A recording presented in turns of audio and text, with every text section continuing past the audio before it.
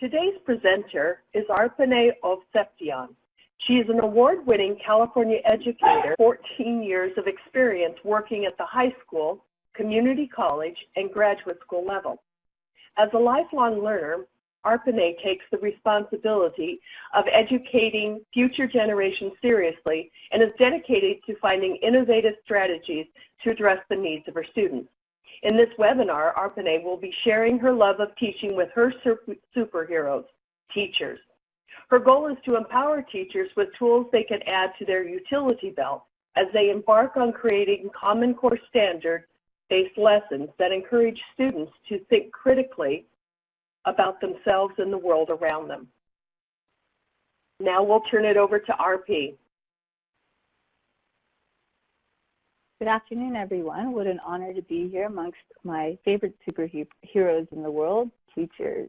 As Ms. Cook explained, I've had several years of experience both at the high school, community college, and graduate school level, and I'm excited to start the session with all of you today. As we get started with the presentation on universal design for learning, I wanted to quickly review the session objectives. Our first objective is to enhance your teaching style with UDL strategies. Number 2, if you're following along, it's to improve engagement in your classroom. 3, embed literacy lessons throughout the CTE curriculum. 4, utilize technology to help you in the classroom. Empower teachers with a toolbox of resources to help you in the classroom. Increase the depth of knowledge in your classroom, and most importantly, assist you with teaching those Common Core standards. Before we start, I think it's always important, since we're all over the place in the state of California, specifically I work in LA County for Glendale Unified School District, it's important to think back to the beginning of what got us into the teaching profession. If we go back to the slide, I want you to spend 2 or 3 minutes in our chat box to reflect on 3 words to describe the teacher that has had the most positive impact on your life. Think back to that teacher, maybe as in elementary school, middle school, high school, even in college. What are 3 words you would use to describe the teacher that has had the most positive impact on your life? I know for myself, doing a webinar is a little different than in person, so there might be silence for a few minutes to allow our participants to type in. So please go ahead and spend some time now in the chat section to write down those words.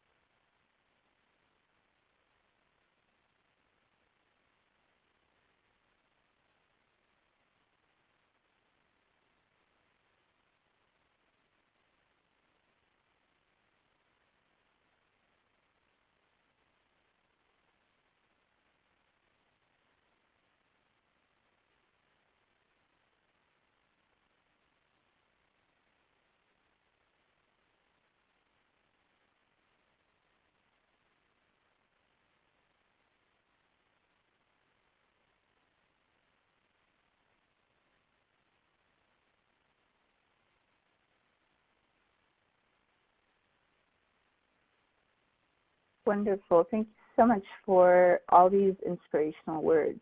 As we can see here in the chat, seems to be a very common theme of being supportive, energetic, understanding, caring, motivational. What fantastic words to describe the person that's had the most positive impact in your life.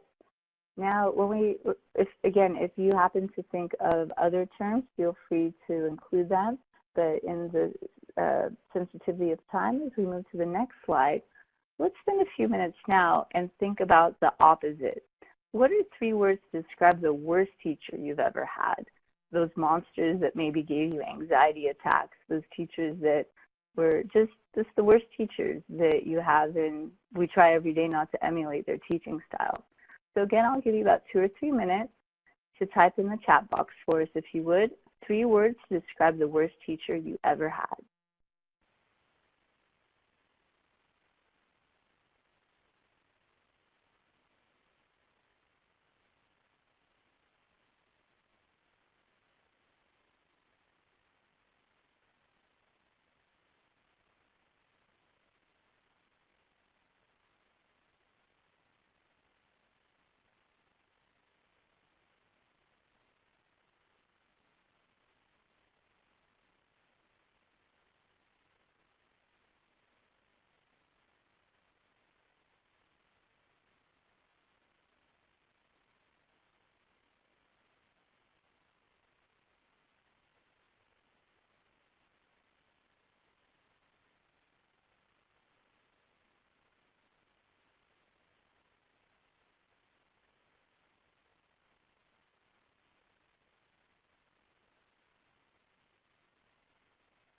Oh, look at this fantastic participation. I would love to have all of you in my class. Look at this. Look at common themes through a lot of them: cold, boring, racist, disrespectful, monotone, boring. Wow. You guys are educators, so I appreciate you not using any profanity, which sometimes I do when I think about to my worst teacher. But really, honestly, excellent job participating. So sorry you had to be victims of those horrible teachers. Now, as we enter into this webinar, I know myself, I've been a teacher for over 14 years, and whenever I enter into my classroom, I always ask myself, what type of legacy do I want to leave behind for future generations? And when it comes down to it, when I think about this job, I think of it as an opportunity every day I have to be the transformational teacher, the one that meets the needs of all students, improves engagement in the classroom through innovative lessons, encourages critical thinking, inspires students to succeed, and as we tried to emulate with the graphic of the young girl with her wings, to be that superhero that we all know and love in the teaching profession. For Universal Designs for Learning, it's very interesting as you start to study it.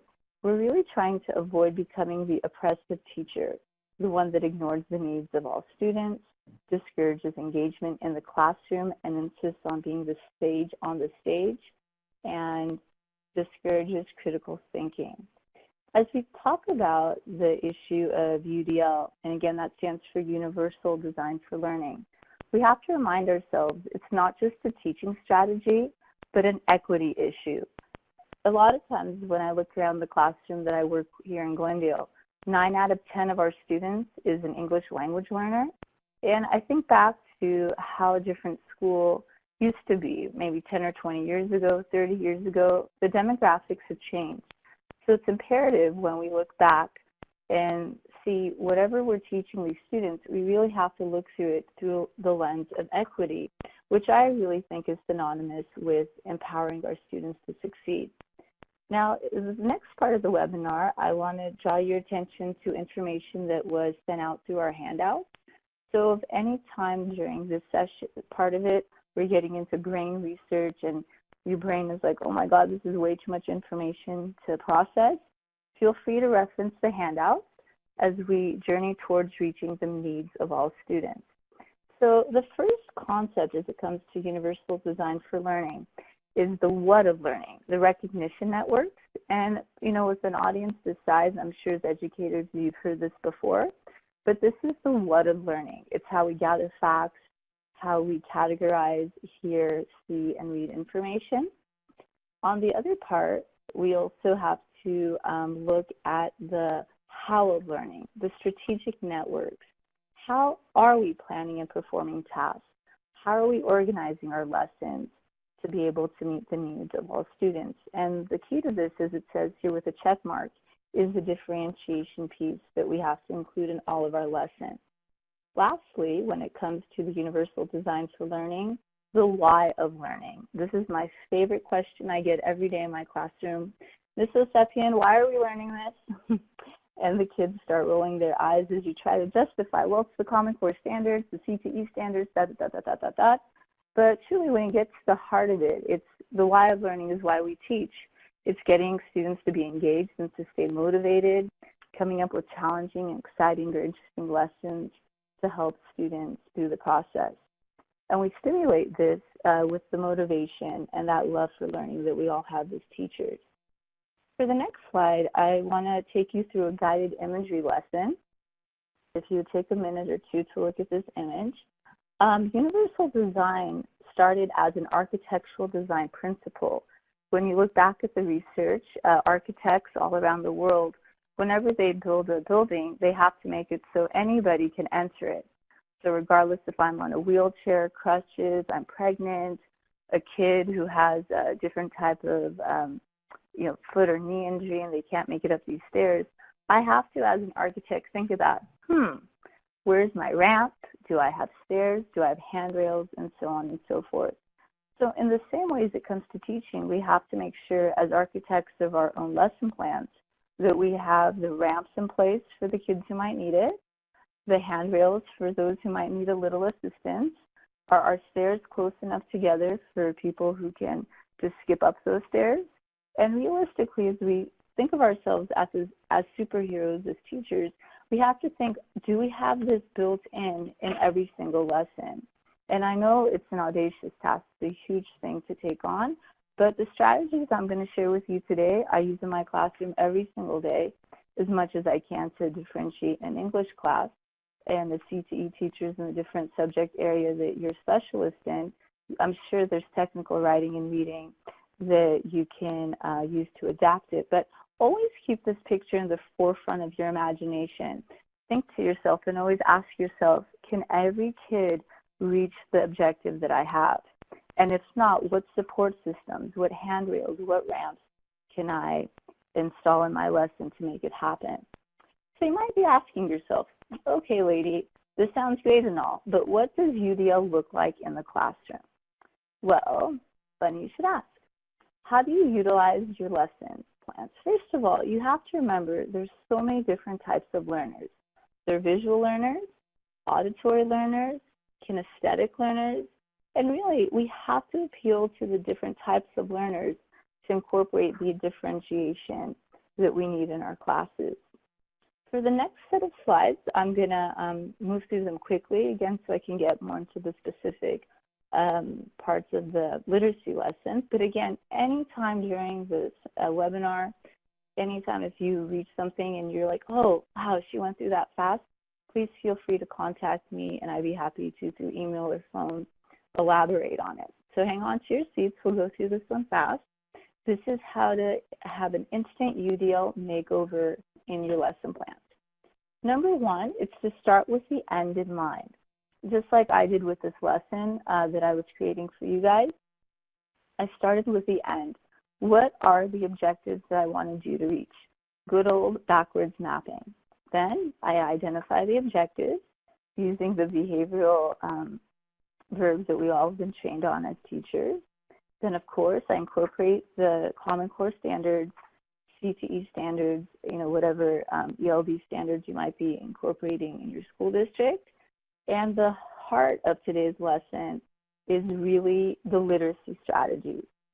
I know it's hard to believe, but regardless if you're an English teacher, math teacher, auto shop teacher, medical teacher, health teacher, all the different science teachers, at the heart of it, we are all literacy teachers, especially with the very high depth of knowledge that students are expected to master in today's educational system. Technology strategies are the fifth component of the Instant Makeover, as well as collaborative assignments. And really, student inventory, I know I put it as number 7, but what a great way to get to know the types of learners you have in your classroom. We can quickly administer a quick survey to find out, do I have visual learners, kinesthetic learners, auditory learners? And this will help you as you're developing new and exciting ways to revitalize your lesson plan.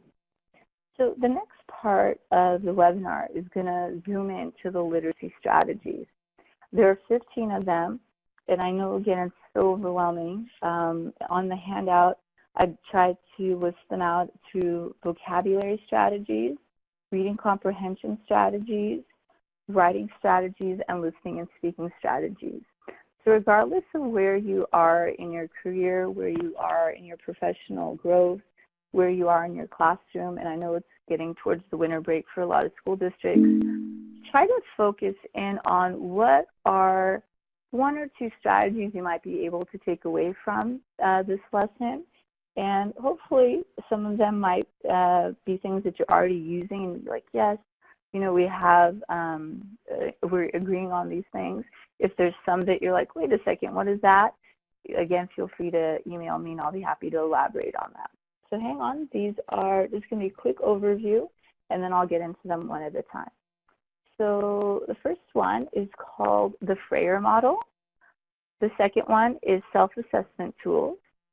Third are online tools. Fourth are vocabulary journals. And fifth are word walls. So this would be under vocabulary development. The next are reading comprehension strategies. The sixth one is called an evidence and analysis chart. The seventh one is called marking the text. The eighth is a flip chart, which I'm learning in different school districts might be learned called a flip book or a foldable. The ninth is a graphic organizer. And then as we go through the writing standards, the 10th one is RAF. 11 is sentence starters. 12th is interactive note-taking. 13 is rubric and checklist. And hold on to this graphic. Isn't that a beautiful one? Listening and speaking, Socratic seminar, and think, pair, share. So I want to give you a few minutes, again, taking stock of all the different strategies that we have out there. Which strategies out of these 15 do you use in your classroom? So as it says in the poll, which of the 15 strategies just described have you used? And then the next question is, which of the 15 strategies would you like to know more about? And again, I encourage all of you to participate. This way, I'll be able to know, okay, don't cover word wall. Everyone knows word wall. Okay, emphasize flip charts because no one seems to have practiced that one. So please take a few minutes. And again, I apologize for the awkward silence. We just want to make sure that everyone's voice is heard.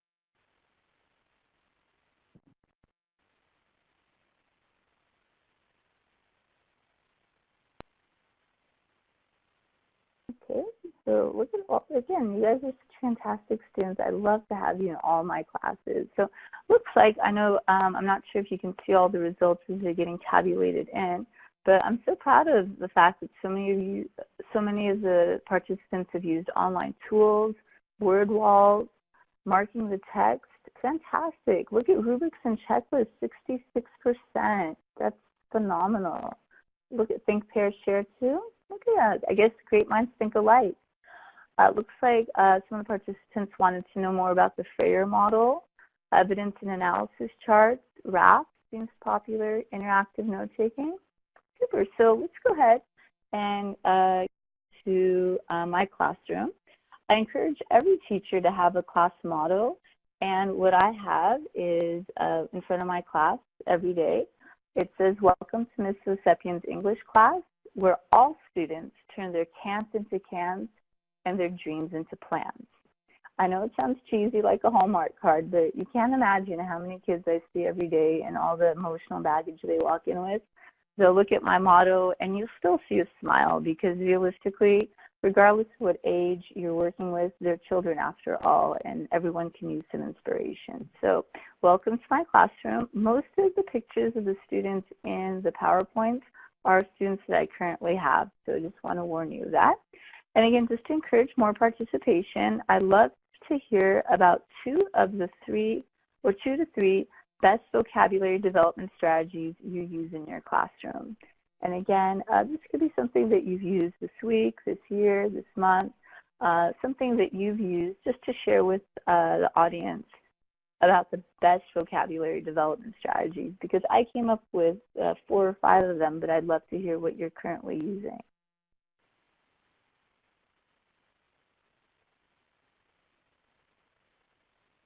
And again, apologies for the awkward silence.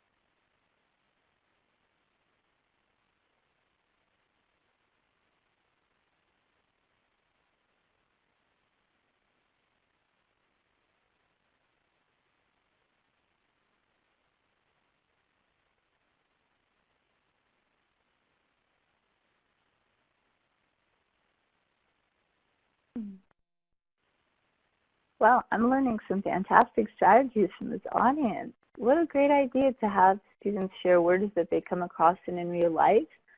A lot of times when I work with students, especially even today in class, we did a Secret Santa, and you would think that, I mean, everybody knows Secret Santa, but I always forget that there are students in my class that just immigrated from another country, and you have to train them to that. So it kind of reminds me of that. That's such a good one, to connect something to real life, visual and online tool, and games. Games are awesome in terms of helping students. The rap song, I love it. See, you guys taught me something. I love it. And again, sometimes I know this time of the day, if you can't think of it off the top of your head, fear not, you can always share it with us later. So let's go ahead and get into the 4 to 5 that I came up with and see how you might be able to adapt them into your classroom. So the next slide is the Frayer model. I absolutely love this strategy. Number one, it's so quick and easy to use. All the kids need is a sheet of paper, and they can do multiple boxes on them. Usually students can squeeze like 5 to 6 of these on a standard 8.5 by 11 paper. What you do is you put a word in the center. You have the definition on the left, characteristics on the right, and the example and non-example. This is one of those Marzano techniques that teaches students to think about more than one word or more than one definition when you learn a new word. So if you've ever studied any type of academic vocabulary type training, Robert Marzano, he's like a popular researcher. And so basically, if I'm a health teacher and I want to teach the students the definition of the word inflammation, I'd write inflammation in the big circle, and then, I'd write the textbook definition, like an inflamed part of your body. And most of us know that the definitions don't really help kids because sometimes the word is used in the definition, like an inflamed part of your body. Teachers get it all the time. Like, what does that mean? So then you have to give characteristics of what does that look like. But what's interesting is when you start to describe the non-examples and examples, you trick the kids in actually using more words. So you might say, okay, what's a non-example of an inflammation? And they might say things like, oh, like a healthy part of your body, or something that's stable. And then you might say, oh, great, good job. What's an example of an inflammation? And students might say things like when something's swollen, and then kids might get into stories, oh, the time I broke my leg, or I got an injury. And all of a sudden in your classroom, oh, sorry about the sound, that they have an incredible wealth of knowledge that's there right at your fingertips. And a lot of times I found as a teacher, sometimes I'll just kill myself trying to explain an actual term, and the kids have background knowledge. I just fail to tap into it.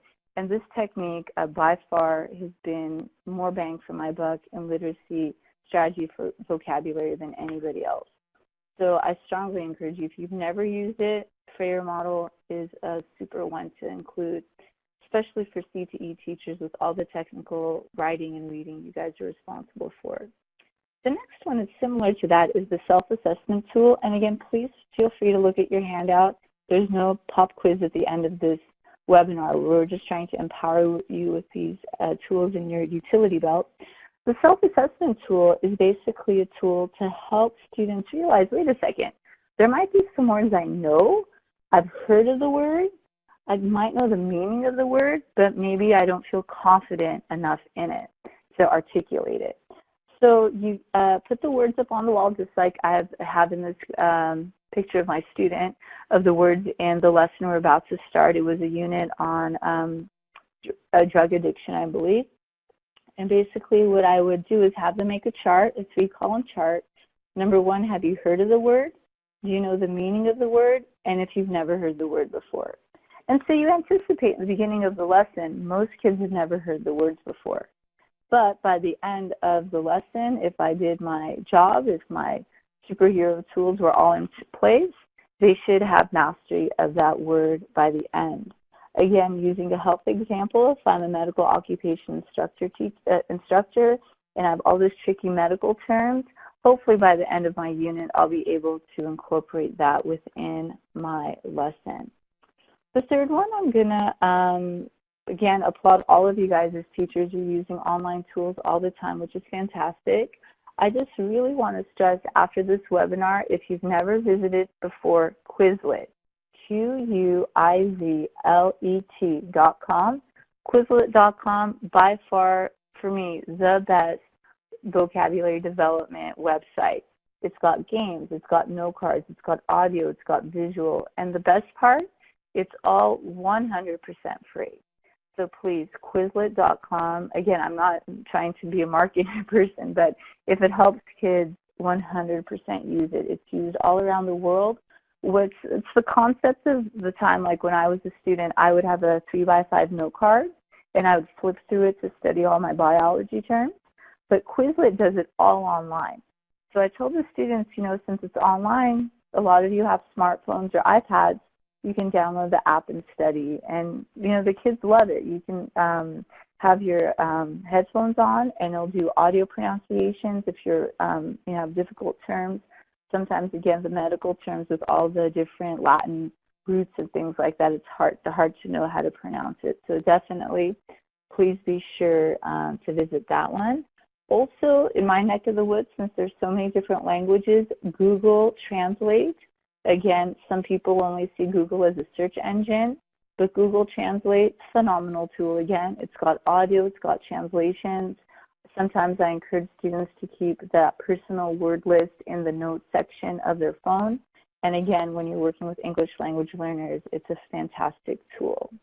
The next one looks like a lot of you already used. It's a personal dictionary or vocabulary journal. I love this one because in my school, again, there's so many different languages. Students will actually write the word in English and then translate it into their native language. So that one is a pretty standard one. A word wall. Again, this is my TA as my Vanna White. In this picture, basically what we did is create a visual tool of all of the words. So the blue and yellow are the words for that week that I had the students memorize and study and practice. But they have the word wall there just as a crutch, just as a ramp, so to speak, in our metaphor with architectural design in the event they need it.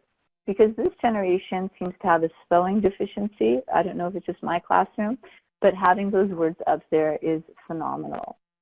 So there's a lot of information, I know, to process through. As we're taught in our teaching classes, it's good to take a commercial break before we move on to the next section, which is reading comprehension strategies. So for this one, I like to use the chat feature. How do you monitor your students' reading comprehension skills in your class? So what I'm trying to ask here is all of us somewhere, somehow, have some content that we're trying to get out to these students. How do you monitor to make sure they're getting what they're reading? Because there's a difference in being able to pronounce words in a book. There's a difference in being able to read it, but there's that comprehension piece that seems to be missing a lot. So I just wanted to ask the audience, how do you monitor your students' reading comprehension skills in your class? So again, sorry for the awkward silence again, about 2 or 3 minutes. How do you monitor your students' reading comprehension skills in your class?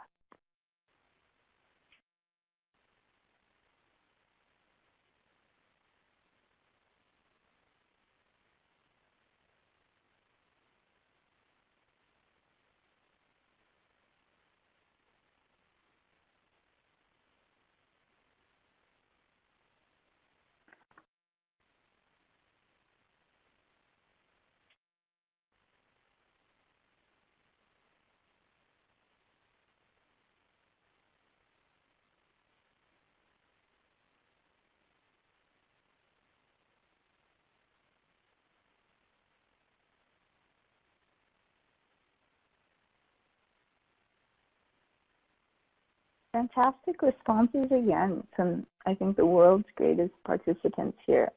Having students paraphrase what they've read or explain to another student, written chapter worksheets and verbal check-ins. It's such a great idea. Students can create scenes that reflect the content like a play. Such great differentiation when you think about having students act out what they're reading. I think a lot of times, too, as teachers, this is where a lot of our insecurities come in. Because when you look at the textbooks of today, they are not the textbooks of yesterday, meaning the reading level. I mean, I picked up one of the Health Academy books in our school district the other day, and honestly, the reading level must be 12th grade reading, and that's a 9th grade class. So again, this is something that even the experts that are out there writing these fantastic textbooks have a hard time differentiating. To comprehend it is so vital. And again, you know, as you're saying, think pair shares or flip charts, these are all fantastic techniques along the way to help them master the material. Now for me, I'm a little spoiled because my content area is reading, you know, teaching English, reading, writing, listening, speaking all the time. So for me, I always try to find, okay, what's something new that I can share with the participants? This strategy evidence and analysis chart comes from the AP strategies from the College Board. And so basically what you have the student do, as I have modeled here from one of my students, you have a 2-column chart, and on the left side, you write down quotes from the textbook or reading. Nowadays, it even can be from a movie because that's considered text, even though it's not, you know, an actual document. Any type of text material that's out there. And then on the right side, you write down comments. And so the idea from this is the kids' obsession with social media, Instagram, Facebook, all those things that are out there, the students are used to commenting. So the right-hand side, kind of like you guys did with the chat session, you're making the comments. The only thing you have to teach the student, it's not like writing LOL or OMG. In the right side, they have to demonstrate their critical thinking. And this is super duper hard for kids. So on the left-hand side, when they're copying down the quote, they're, you know, trying to process, okay, this is an important quote, I should write it down. But on the right side, you have to spend a lot of time modeling what is the critical thinking skill that I want the student to ascertain from this lesson. So let's say I'm in a CTE classroom, I'm in that health occupation class, I get to the urinary system and I need to explain to them all the different body parts, and maybe we come to a quote that is like super duper important that you need them to know to be able to master your test. And then all of a sudden you think, okay, how can I teach that to them? Well, you can put the quote up there on the left side, and on the right side, model it through a think aloud and kind of tell them, well, a lot of you might be confused with some of these terms. This is what the author is trying to say. And basically what you're going to be modeling for the students is the essential critical thinking they need to do. Reflecting back on the poll from the participants, this seems to be one that was new to a lot of you. So if you try it in your classroom this week, or you know, when you come back from winter break, please feel free to email me and let me know if you have any questions or want examples. I have hundreds of examples of student work. We got to the point where we had the students type them on Google Docs, but you don't have to be this high tech. You can just literally have the kids fold a lined sheet of paper in half and show them, okay, here it is. On the left side, here's the quote, and on the right side, here are the comments.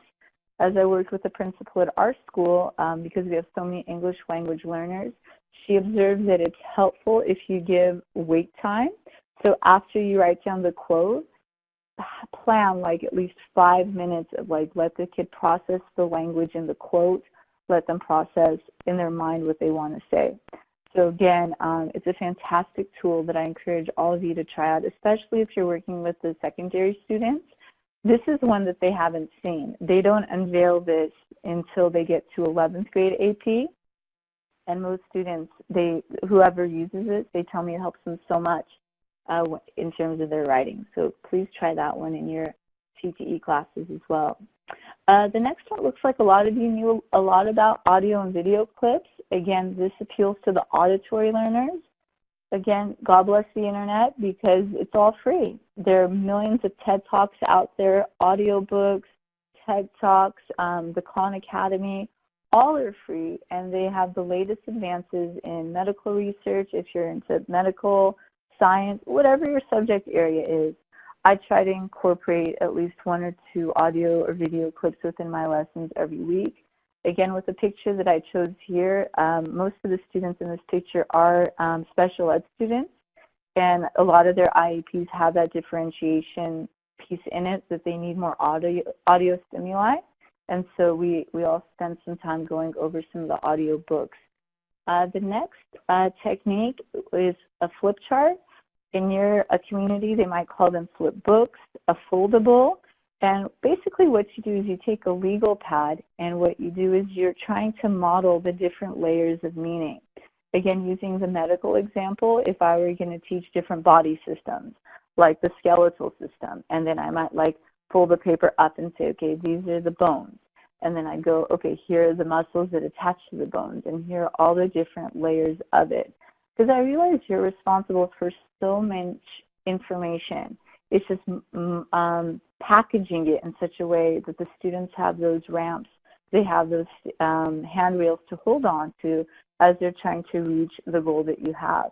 And what I found in working with students all these years, sometimes they're nervous because they don't feel comfortable. A lot of this information is brand new to them. And so these types of charts are a great way to help them feel confident. The next one looks like everyone's used in their classroom before. They're graphic organizers. Again, fantastic visual learning tool for reading comprehension. You can use a Venn diagram to compare and contrast different diseases. You could have heart disease and stroke. You can use, osteoporosis and healthy lifestyles people have, compare and contrast them. A flow chart for different causes of deforestation. Whatever you're teaching, try to help the students visualize what's going on in a graphic organizer. And again, you can go online to find a lot of those that are out there. And again, if you have one that you use, please send it my way because I always love learning from other teachers. So as we leave the reading comprehension strategies behind, let's go to our writing strategies. If you can spend a couple of minutes for our poll, we wanted to ask you, on average, how many languages are reflected in the student population that you serve? Down here in Glendale, in an average class, you're going to get 6 or 7 languages. I had a student yesterday tell me that she speaks 4 languages fluently, just wanting to get a feel for the different types of languages to help us as we're getting into the writing strategies and how much we have to take an active role to differentiate for that. Sorry again for the awkward silence as we wait for our participants to participate in our poll. Fantastic. So about 50% have 3 or more languages in one classroom. Fantastic. It's just amazing how this universal design for learning really is universal. We have to take an active role every single day to make sure that we're hitting and meeting the needs of all of these students. I always tell my students we're never, I guess we kind of become victims of politics, and so a lot of these students that flood our schools from different countries, it's not by choice that they're here, but we're really blessed in being in America that we have such a great school system that helps everyone master English. And again, it's helpful to know their background and the languages that they speak so we can help build those bridges. So speaking of bridges, when it comes to writing strategies, this is one that a lot of you asked about, which is RAPs. For sure, impress your students. On the board when you teach this lesson, start by writing LOL. And then the kids will be like, ha, ha, ha, our teacher's so cool. She's using text lingo in the classroom. And then you'll ask them, okay, what does LOL stand for? And they'll say, oh, laugh out loud. And you'll say, okay, great. We all speak the same language. We all agree. We know what that means. And then erase that one and then put RAFTS, R-A-F-T-S. And the kids will go crazy. I mean, honestly, I've had students with their smartphones take them out, search up RAFTS, and they can never figure out what it means because it's a teaching strategy. RAFTS, again, it's in your notes, so don't feel like you've got to copy it down. R stands for role, A stands for audience, S stands for format, T stands for topic, S stands for standard. So what does this mean? Basically, this is where, as a teacher, we get to use our imagination hat. We get to think about, okay, obviously I'm a health teacher and I need to teach my kids about the process of the new health care insurance claims that came out after Obamacare. I've got to teach them this really complicated process that I really don't understand myself. And I'm thinking, how can I teach it? How can I teach it? How can I teach it? And then you're like, oh, well, I can have the kids think, wait a second, they could imagine they're a doctor and they need to write a memo to their staff about the new policies related to the health insurance claims processing system. And then they can present that to the class. Voila, you've created a raft. Your role is no longer a student, now you're a doctor. And the audience is going to be your staff. The format is going to be a memo. And the topic is going to be the health insurance claims processing step. And the S is going to be the standard. So I hope you can see in this chat session, I'll write it out here. It would be role, format, role, audience, format, and topic. So what you would do as your role, you put yourself as a doctor. The audience would be your staff, like your medical office staff. The format of it would be a memo. And if you need any help with this, there are tons of things on Google. I'll put like stars here. You can search up different writing formats.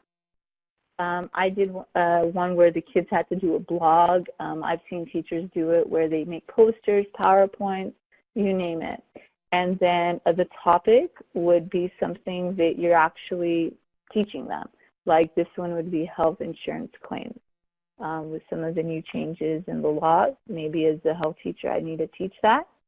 Health insurance policies, and then the standard, which I'm sure all of us, if we work for the state of California, can easily find the CTE or Common Core standard to attach to that. The S is the easiest part. What's fun about these is the kids love it. First of all, you're already cool because you're in their world because like they got you with the LOL and OMG stuff. And then they love the fact that it's innovative. It's fantastic. And again, if you have any questions along the way, if you need any information on how to set this up in your class, feel free to email us, and we'll be able to address any of those concerns. So RAPS, again, fantastic strategy. I've had students even in classes where they've been in science. One that I remember vividly when I taught at a graduate school, I had to teach teachers basically how to look at brain research, and I had them make scrapbooks. That was the format. Imagine you're a neurologist. You need to make a presentation to a group of students about the different parts of the brain, and to be creative, let's make a scrapbook. And what teacher doesn't love making scrapbooks? Just like bulletin boards, but in a smaller format. And what's so cool about it, when you go through the process, you end up learning so much about that content, and plus it's related to writing. The next one is sentence starters, and the next one I'm sure you've used before as I look through the polls. This is a great tool to use for writing assignments to help reduce the amount of writing anxiety students have. So to speak, this would be a ramp or a handrail with our metaphor. It gives students practice to develop their academic voice. And again, if you search this up on Google, there are tons of sentence starters to help you. Going back to the memo to the staff, as a doctor, you could use sentence stems to incorporate the terms that would be needed to process the medical health insurance claims. And again, as we are participating in this webinar, if there are different sentence starters for your subject area, be sure to share it with us. The next writing strategy is interactive note-taking. This comes from Avid, and it's a fantastic tool. Basically, it's Cornell note-taking. It's a great tool to help learners process complex technical reading and offers a built-in reflection piece that promotes critical thinking. So I know a lot of times when we're going through all the material that we have in our classrooms, it's hard to get the students to reflect on it. So with the Cornell notes or the interactive note-taking, it's not just me talking to them. The kids have a moment to stop, have that metacognitive moment, and think, wait a second, how can I learn from this material? How can I connect this to my life? And again, it's a fantastic way to be able to make the learning meaningful for students and to help it stick and have that ramp to help those students up those stairs. An evaluation tool, I was so thrilled that 66% or more of you use rubrics or checklists in your classroom. It's a sign of the times where we need to have clear expectations for student success. I've used this not only for writing assignments, but also for behavior. It's fantastic, and again, I don't want to preach to the choir. You already know the power of checklists and rubrics, and you can look through the handout for more of the information related to that. But we're getting close to our time, so I want to be conscious of the need to do a commercial break. Let's take a poll for our listening and speaking strategies. On average, in your classroom, how often do you allow time to address the needs of auditory learners by exercising their listening and speaking skills? Also, how often do you allow for collaboration in your classroom? So if you can spend a minute or two, on average in your classroom, how often do you allow time to address the needs of auditory learners by exercising their listening and speaking skills? And how often do you allow time for collaboration in your classroom?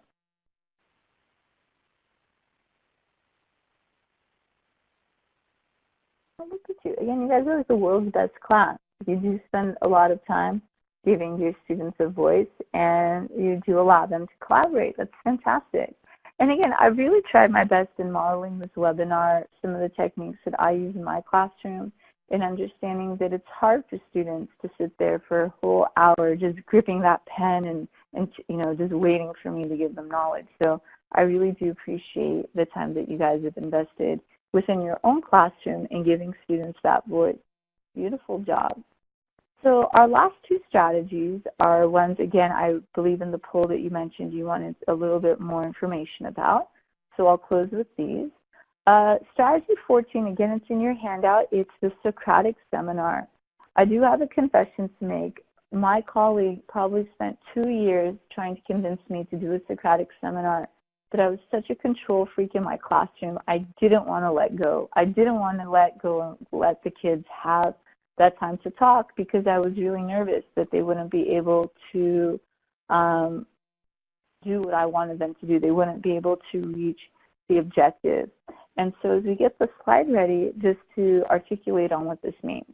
Using the example, again, if I'm a health teacher and I want to have the kids in our unit, there's a section on the treatment options for diabetic patients.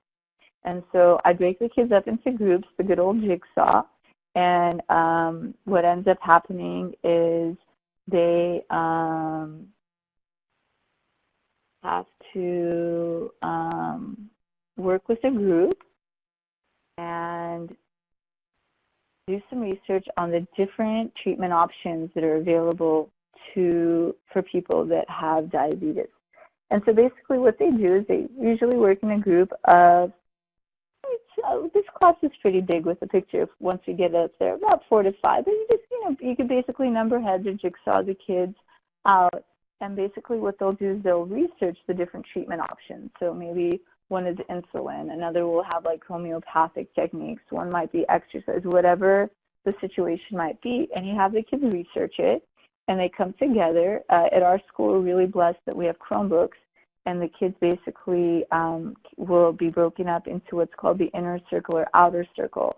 And again, what they would do is once the group that's assigned, like let's say my group is assigned treatment options, insulin-dependent injections. So I'd have my group come up and we'd sit in the circle, and basically we would talk about what that treatment option might do to a patient. And so they might say, oh, well, we have to discuss dependency on insulin, or the injection sites becoming infected, or whatever the case may be. So they have their discussion piece, and while that's happening, what's really hard for teachers to accept is we have to be quiet. The kids are running the show. And so while they're doing that in the inner circle, in the outer circle, kids are taking notes. So they're writing down, oh, I have to discuss this. I have to, they'll be jotting things down. So once the inner circle finishes up their speech, then we open it up again to the outer circle. They have a discussion. But what's so hard for teachers is to let go of that control. I believe the term is the gradual release of responsibility. And I have to tell you, after, fighting it for about 2 years and implementing it into my classroom, all the students love it. It gives special ed students, especially those with ADHD, the performance time that they need in class to shine, the attention they need. The ELD student has the opportunity to kind of practice their communication skills. And again, if you've never done one, feel free to email me. Again, I apologize for the slide. Seems to be frozen on this end, but basically a picture of kids in a circle. We'll send it out to you guys of dealing with the need of incorporating listening and speaking. The last strategy is the think, pair, share. The think, pair, share is basically when you have students turn to their neighbor buddy that's next to them, their elbow buddy that's next to them by their desk, and they talk about what they're learning. In my class, I usually use it for checking for understanding, and we have the kind of joke that it might be elevator talk. Let's say you're stuck on an elevator with somebody for 2 or 3 minutes. Talk about the lesson. Talk about, a natural break within the information that we have shared with you.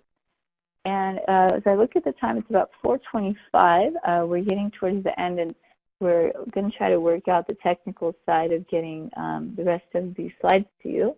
But again, really want to stress that the lesson plans that you had before UDL emphasize students memorizing, kids taking notes in isolation, and a complete detachment of the teaching and learning process. And instead, I strongly encourage you throughout this lesson to incorporate technology, the Freyer model, Socratic seminars, and things of that nature in order to revitalize your classes and really be the superheroes that you are for kids every day, to really take the time out and say, you know what, I need to put in those ramps, I need to put in those stairs, I need to put in those different handrails to help the kids get up to those stairs, because sometimes we have such big gaps in learning. Again, I want to thank all of you for your time today and appreciate all of your participation throughout the process.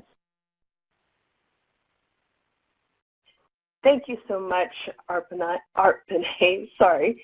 I do want to thank again everyone for joining us and for staying with us and getting all the information. I do want to point out that this presentation through this webinar has been brought to you by the Department of Education, State of California, and in partnership with the Napa County Office of Education. Please be sure to email either Arpane or Tammy Holloway if you have any questions regarding it. Don't forget to check out the resources at the digital chalkboard. Please take a moment to fill out our survey. 5 stars is the best. You'll have one chance, so make a good choice. Have a great afternoon, and we'll see you in the classroom.